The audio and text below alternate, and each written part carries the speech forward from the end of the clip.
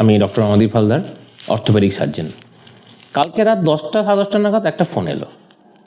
কি ডাক্তারবাবু, মায়ের সকালে যে প্লাস্টারটা করেছেন হাত পুরো ফুলে ঢোল হয়ে গেছে, হাতে আঙুল নাড়াতে পারছে না, খুব কষ্ট পাচ্ছে, জ্বর চলে এসছে, ব্যথার ইঞ্জেকশন দিয়েছি তো ব্যথা কমছে না। বললাম চলে আসুন এখনই। এলেন।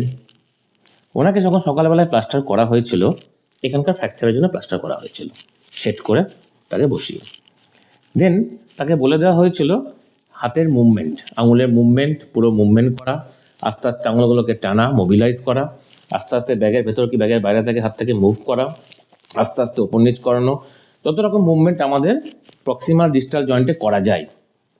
কিন্তু পাশের বাড়ির লোক বলেছে ভেঙেছে, সরে গিয়েছিল, বসিয়ে দিয়েছে ডাক্তারবাবু, একদম নাড়াবেন না, নাড়াচ্ছেন কি আবার হাড় সরে যাবে।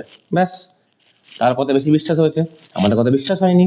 উনি নাড়াননি, একদম পুরো প্লাস্টার টাইট হয়ে গেছে, পুরো জায়গাটা ব্লিস্টার, আমরা বলি ফোসকা পড়ার মতো অবস্থা হয়ে গেছে। কারণ করেনি, পুরো টাইট হয়ে গেছে, মুভমেন্ট হয়নি, ব্লাড সার্কুলেশন হ্যাম্পার করে যাচ্ছে। ব্যাস, সেখান থেকেই ব্যথা, সেখান থেকেই জ্বর, সেটা কোনো পেন কিলার, ওষুধ, ইঞ্জেকশন যাই দিন না কেন আপনারা, কোনো দিন কমবে না। সবসময় এটা আপনাদের মাথায় ভুল ধারণা ঢোকে যে প্লাস্টার করার পর আমি ওটা নাড়াবো না, না নাড়ালেই যত মুশকিল, প্লাস্টার সাথে সাথে খুলে ফেলতে হবে, নাহলে কিন্তু কোনো একটা বড় অঘটন চলে যেতে পারে। এখান থেকে জায়গাটা অনেকাংশে অনেকক্ষণ দেরি হলে, কয়েক ঘন্টার পর দেরি হয়ে গেলে রক্ত প্রবাহ এখানে কিন্তু পুরো বন্ধ হয়ে গিয়ে জায়গাটা কালো পর্যন্ত হয়ে যেতে পারে।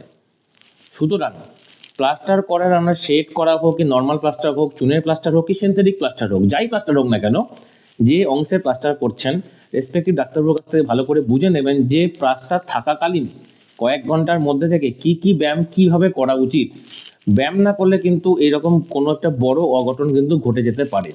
তাই খুব সোজা সাপটা কথা, খুব ছোট্ট কথা, কিন্তু খুব ইউজফুল কথা, ব্যায়াম করবেন, প্লাস্টার করুন, সাথে সাথে যখনই একটু ব্যথা প্রশমন ঘটবে তখন থেকেই ব্যায়াম শুরু করুন। ব্যায়াম করলে হাড় সরে যায় না। সুস্থ থাকুন, ভালো থাকুন।